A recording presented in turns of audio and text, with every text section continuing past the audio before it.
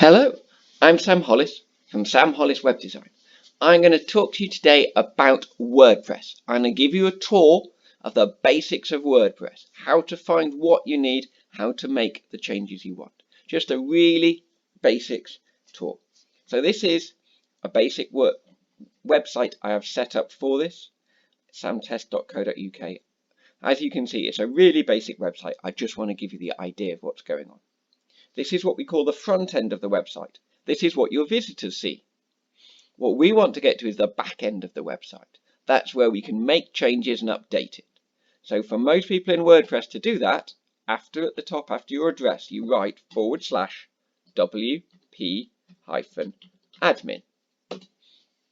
That will take you to the logon page for most people. For my clients, that won't work. I've got security in place to stop that happening, and they have a different way of logging on. And for some people, it will be the same. But for most people, you get in that way. You then need to put in your username and your email, your username or email address and your password, and log in. It does have a lost password. If you just put in your email address, you can get back that way. This is then the WordPress dashboard. This is where you can make most of the changes to your WordPress site. There are some other places sometimes, but for most of the time, it's here. So I'll take you on a tour, show you what the different parts are and how it works. So this is the dashboard home page. It gives you some notices at the top. Often they're from plugins. We'll talk about what they are in a minute. Tells us about welcome to WordPress and tells us about some changes we need, some things we need. Generally, this is just for notices and it's not that useful. Just worth keeping an eye on. Lots of the notices we can get rid of here. I'm going to take you down the sides here. These are the bits where we can make most of the changes we want. Okay, so there's really going to be four main areas we're going to look at today. We're going to look at posts, their blog posts, and we're going to look very, very briefly at those. We're going to look at pages, so their web pages. We're going to look very, very briefly at those. And we're going to look at themes, and we're going to look at plugins, as well as a rough look at everything else. So I'm going to start with plugins. So down the menu here, plugins, I click on there, it'll take me to the plugins page.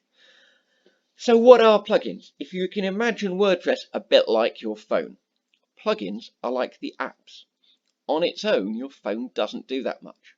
Often phones nowadays come with a lot of apps pre-installed, but imagine there are no apps to your phone. It can't do a great deal. WordPress can do a bit more like that, but it's a little bit like that. It's got the basics, but you often need the plugins to add a bit more power and a bit more functionality.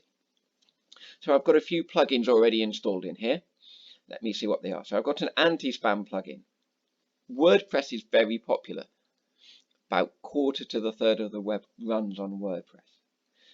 That is great. There's lots of support and there's lots of updates. That also causes problems because lots of people are searching for WordPress sites and trying to eke out their vulnerabilities and play to them. So we're going to talk a little bit about that. But one of the things is people are always trying to inject spam comments into your website. If you don't have some sort of anti-spam in place, then your website will have lots of nice comments about hot Russian women and a lot worse. So my suggestion is that you have an anti-spam plugin in place. There are lots of others, Askimet is one, but they're really useful. For those of us in Europe dealing with GDPR, then a cookie consent plugin is also really useful. It deals with that side of things. We're talking about security already. I highly, highly recommend having a security plugin. Without one, it is much easier for people to get into your WordPress site. And once they're in, they can change it. They can use your server for other purposes. They can do all sorts of things you don't want your website to be used for. So a security plugin, well set up, is really important. I don't recommend having a WordPress site without one. SG Optimizer speeds up the site. WordPress sites, once you've got a few plugins and a few other things going, can get quite slow. And so it's useful to have a plugin to speed it up. SG Optimizer is fantastic if you're on SiteGround hosting. It links with that and makes for an amazingly fast site. If you don't have SiteGround hosting, I recommend using Hummingbird combined with Smush. Hummingbird is a great speed plugin and Smush squeezes your images to a smaller size, again making your website faster. This is Woocommerce. This is the standard WordPress shop plugin. So this allows us to have a shop. There are others. WordPress is the biggest and probably the best and certainly the most well supported in terms of so many people use it. You can get help out there even if it's not from them. Last here I've got Yoast SEO. That basically optimizes my site to be found on Google and does a lot of that hard work for me, so I certainly recommend it. So these are plugins. You can add as many or a few as you like. A word of caution about plugins: every plugin is a security risk. Every plugin you add adds more chance that somebody can break into your site. What I'm not saying is don't use them, because they're extremely useful. What I'm saying is don't overuse them. Don't have 30 or 40 of them sat in there. You'll have several problems. It will slow down your site. Some of them will overlap with each other, which will cause problems in terms of what they do. And the more there are, the more security issues there are. So use them, but use them wisely. Don't just slap them on willy-nilly. And if there's some you've chosen and decided not to use, remove them, delete them. Don't leave them lying around. They will also need updating from time to time, and you will get a little notice here to say update them. Please do this. Keep them up to date for security and functionality purposes. 99% of the time when you update them, you will be absolutely fine. The odd time you will have problems, so always keep your website backed up. Go back to yesterday's version then. That's plugins in a very quick nutshell. The other thing I wanted to talk about was themes. To get to themes, I'm going to go up here to Appearance and Themes. So a WordPress site looks very blank, like a blank piece of paper. A theme helps with this. There were a couple of different sorts. There are many themes for specific types of websites. So you might get a hairdresser theme that has set up maybe a booking system and a look to make your website look nice in a particular way. But it can only look that way without a lot of work. You may then get one for a garage, you'll get one for a homeopath, but all sorts of things. They look good for a specific purpose, those sorts of themes. You can then get more generic themes, but again, a lot of themes look one way and can only look that way unless you're experts in changing those themes, which is quite complicated. A different sort of theme like I've got here is a page builder theme, which also gives you a visual builder, which means you can build on the front of the site. We talked about the front and the back. The front of the site so you can see what you're doing. And this means instead of just it being one look theme, it can have lots of looks. So I've got one here called Divi. There are others available. There's WP Bakery and there's Site Origin, and there's a few others. I certainly recommend using Divi as if you want a visual builder and theme. That's a really good way to go. But if you've got a particular website you're building, a specific theme is probably good for you too. Just like plugins, you don't want too many. In fact, you only need one, the one that's running. If you've got other themes here, I've got here 2019, the one that comes with WordPress. It needs getting rid of. Every theme is a security risk. Get rid of the ones you're not using and make sure they're up to date. We can see here new version available, and we can update that. Keep it up to date. So they're plugins and themes. Excuse me. Let's see what else is on the site here. So here we've got posts. So they're blog posts. So if I click on posts here, I can see a list of posts that I've already made, and I've got one in here that's already made. It's been made for me. I can add a new post in here. I'm not going to in this video go into all the details of making the post look pretty. I'm just literally going to show you this as a real basic. So you click add a post. We can give it a title, Sam's new blog. I can use the default editor. For most of you that will come up, or if you're using Divi, you can use the Divi editor. You can edit your site. What you can do then is you can publish it with the button up here. We click publish and it's launched. We also have on this menu pages. I'm going to go there now. That's just warning me because I was leaving that page. So here you can see my pages: about me, contact, home, and it tells me my home is my front page. These are my pages. I can see who wrote them. That was Bob. I can see when they were published. If I click on the page, I can go to edit it.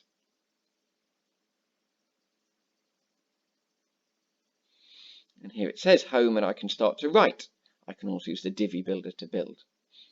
You can see if you look at the page, there's actually more on the page here than it looks like when I edit it. That's because your theme, we talked about themes already, will automatically put some things on your page, maybe a menu and a footer and things like that. So your theme builds your page as well as what you write in here. So this is what's called editing from the back end, where we just write here and we can't see the page. If I use the Divi builder, I can do what's called editing from the front end, so I can see the page as I edit it. I can see how my page is going to look. Again, I need to click up here and publish when I want to make the changes. I'll have a quick dash through. These are the menu items. Bear in mind these menu items change depending on what plugins or themes you are using. So there is a basic set of menu items, and then different plugins and different themes add things to that. So media is always there. That's nice and simple. That is your store of photos, videos, and audio. Although I would highly recommend not storing videos here. And if you want videos in your website, put them on YouTube, install them, or a different program and install them through that. It uses a lot of space doing it otherwise. And we can see there we've got an image already. We can drag and drop images under here, then they can go to your pages. If you looked at pages, comments, they are what users can add to the bottom of your blog posts. These can be genuine, people are interacting with you, talking about you, but as I said, you also need to look out for spam. Spam comments in WordPress sites are everywhere. They're really common, even with anti-spam. Some will get through. Keep an eye on these. If any are a problem, tick them, mark as spam, they're dealt with. Okay? Projects is a thing for Divi. That's a specific thing it has. So if you're a photographer and you want to show your projects, or a builder, that sort of thing. GDPR cookie consent, that's because I've installed the cookie consent, so that's added that menu option. Woocommerce and products are because I've got the Woocommerce plugin. So they're talking about all the options I can do here, like look at my orders and coupons and add products. We've already looked at appearance and themes. There's two more things here that are probably useful to you. Appearance and customize allows you to customize your theme. So here we can change a few things to do with the way the theme looks. So we've got the options here and the page here. So for example, if I want to change my header here, I can go to header and navigation. I can go to my menu bar, and maybe I want to change the height of that logo or the menu. The height of the menu, we can make things change. Change the size of some text. So we can make change, there we go, change the text size. We can make changes here that affect all the pages. Click on publish if you want to keep them, or cross if you don't. So we'll then head back to the dashboard page. The other option in here is menus. You can have several menus in Divi, different on WordPress, different menus on different pages. It's up to you. So I've got one menu here called main menu, and you can see it's got 3 items. I can add items to the menu, I can add links to the menu, I can take things away, I can add other menus, all available here. Plugins we've been through. Users shows you who is allowed to access the back end of the site, and you can have different users with different access. You can also have users on there who are just part of the shop. Every time people buy and set up an account, they'll have access, but they don't see all of this. They will just get access to the shop because of their level of permissions. Tools and settings are all basic tools and settings that you might want to change. That's our Yoast options. There are security options. That's our speeding up options. And there are Divi options. So we've been through the basics, the basic idea of WordPress. I'll do more videos to give you more details on different parts of it, but that is a quick tour of the WordPress dashboard. I hope that was useful.